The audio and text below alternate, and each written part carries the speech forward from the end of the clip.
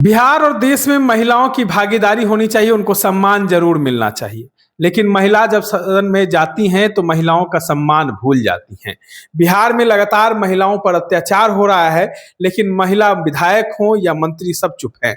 और नई विधायिका बनी, देखिए मैथिली ठाकुर, अभी 25 की उम्र है उनकी, 25 वर्ष की आयु है, लेकिन महिलाओं पे अत्याचार होता है तो वो भी चुप्पी साध लेती हैं। हमारे साथ अखिल भारतीय अपराध विरोधी मोर्चा के राष्ट्रीय अध्यक्ष धनवंत सिंह राठौर जी हैं। राठौर जी, महिलाओं का सम्मान होना चाहिए, लेकिन महिलाओं के सम्मान के लिए जो जनप्रतिनिधि महिला जो आगे आती हैं, सदन में जाती हैं, वो महिलाओं पर अत्याचार होता है तब पर भी वो चुप रहती हैं। क्या कहेंगे? देखिए, राजनीति मूल्यों की राजनीति नहीं रह गया है। आप जो सोच रहे हैं कि मूल्यों की राजनीति, वो बिल्कुल नहीं है। एक तो जितने भी राजनीतिक दल है वो पुरुष को उम्मीदवार बना रहा है कि महिला का, तो एक तो बड़े फंड लेके उम्मीदवार ही बनाते हैं, या दूसरा उनका क्या है कि किसको बनाने से उनकी वोट सधेगा, माने योग्य उम्मीदवार को देखना नहीं काम है।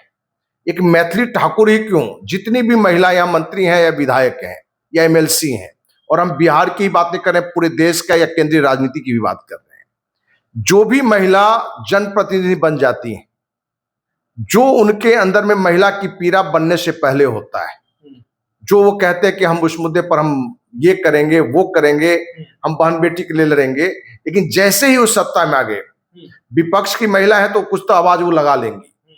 उनका भी मूल्यों की राजनीति के तहत नहीं, बल्कि खाली विरोध करना है बस इस बात को लेकर। लेकिन जो सत्ता से जुड़े हुए लोग हैं, जो सत्ता का मलाई खा रहे हैं, महिला विधायक हो कि मंत्री हो या सांसद हो, वो आपको उन बिंदुओं पर ही आवाज उठाएंगे जिससे उनकी पार्टी की छवि खराब नहीं हो, सरकार की छवि नहीं खराब हो। यही कारण है कि नूरसराय की घटना हो, कि श्रेया कांड हो, कि नीट छात्रा कांड हो, कि छपरा की बेटी कांड हो, कि मुजफ्फरपुर की दलित बेटी का कांड हो, या जो भी मुद्दा है, तो महिलाओं की पीड़ा को महिला को ज्यादा समझना चाहिए।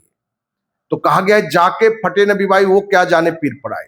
तो महिला की पीड़ा, उसके साथ अन्याय का जितनी पीड़ा महिला को फील होना चाहिए, उस चीज को यहाँ की जो भी जनप्रतिनिधि महिलाएं या केंद्र की है, हमें नहीं लगता है कहीं उनका दिखता है। तो दिखता है कि कहीं न कहीं जितनी भी महिलाएं हैं सत्ता के लिए आई हैं, उनको अपनी बहन बेटी महिलाएं जो हैं उनका भी नेतृत्व करने नहीं आई है। तो ये कहीं से आप या हम या जो भी उम्मीद करते हैं, हम सिर्फ उसकी आलोचना कर सकते हैं, लेकिन आलोचना के साथ हमें लगता है कि जो सरकार से मैथिली ठाकुर हो या कोई भी मैंने महिला हो, श्रेयसी सिंह भी खिलाड़ी रही हो, लेसी सिंह भी हो, या जो भी महिला है, सांभी चौधरी हो, जो भी मैंने महिला है, मैं कोई एक को हम टारगेट नहीं करना चाह रहे हैं, क्योंकि जितनी भी केंद्र की भी जितनी महिला है, कहीं भी घटना घटता है, यदि वो विपक्ष में होंगी तो ऐसे लगेगा जैसे उनकी घर की बेटी, उनकी सगी बेटी हो, बहन हो, माँ हो। लेकिन जैसे ही ज्ञानी के साथ होता है तो इस मुद्दे पर वो चुप्पी साध के अपने कुर्सी पर चिपके रहते हैं। उनको मालूम है कि इस पर हम यदि अपनी ही सरकार का विरोध करेंगे तो मंत्री पद से छुट्टी हो सकता है कि अगले बार हमको विधायक का उम्मीदवार भी नहीं बनाया जाए। तो ये डर दिखाता है कि इनके अंदर समाज के लिए भूख नहीं है, इनके अंदर भूख अपनी सत्ता सुख कैसे मिले, उस भूख को लेकर काम कर रही है। तो महिलाओं का हक को काम नहीं उठेंगे तो फिर महिलाओं सदन में जाके क्या फायदा? ये हर कोई जान रहा है, ये कड़वी सच्चाई है कि जितनी भी महिलाएं सत्ता से जुड़ी हुई हैं या विपक्ष में ही हैं, जो जज्बा होना चाहिए वो किसी महिला में नहीं दिख रहा है।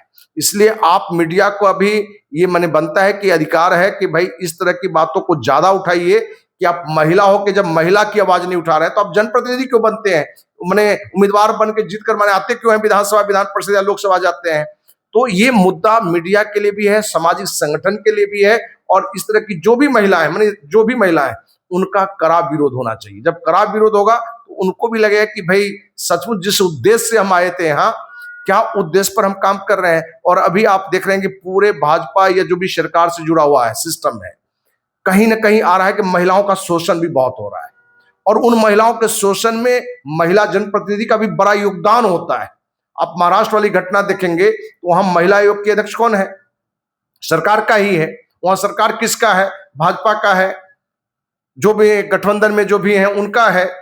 तो ये उन्हीं से महिला आयोग के अध्यक्ष, और उनका भी उस घटना में संलिप्तता है, जहां एक ज्योतिष 58 महिलाओं के साथ, वो भी आईएएस आईपीएस विधायक सांसद की पत्नी के साथ दुष्कर्म किया है। तो उस घटना में भी महिला का योगदान रहा है। तो क्या महिला सत्ता के लिए कोई भी स्तर पर जा सकती हैं?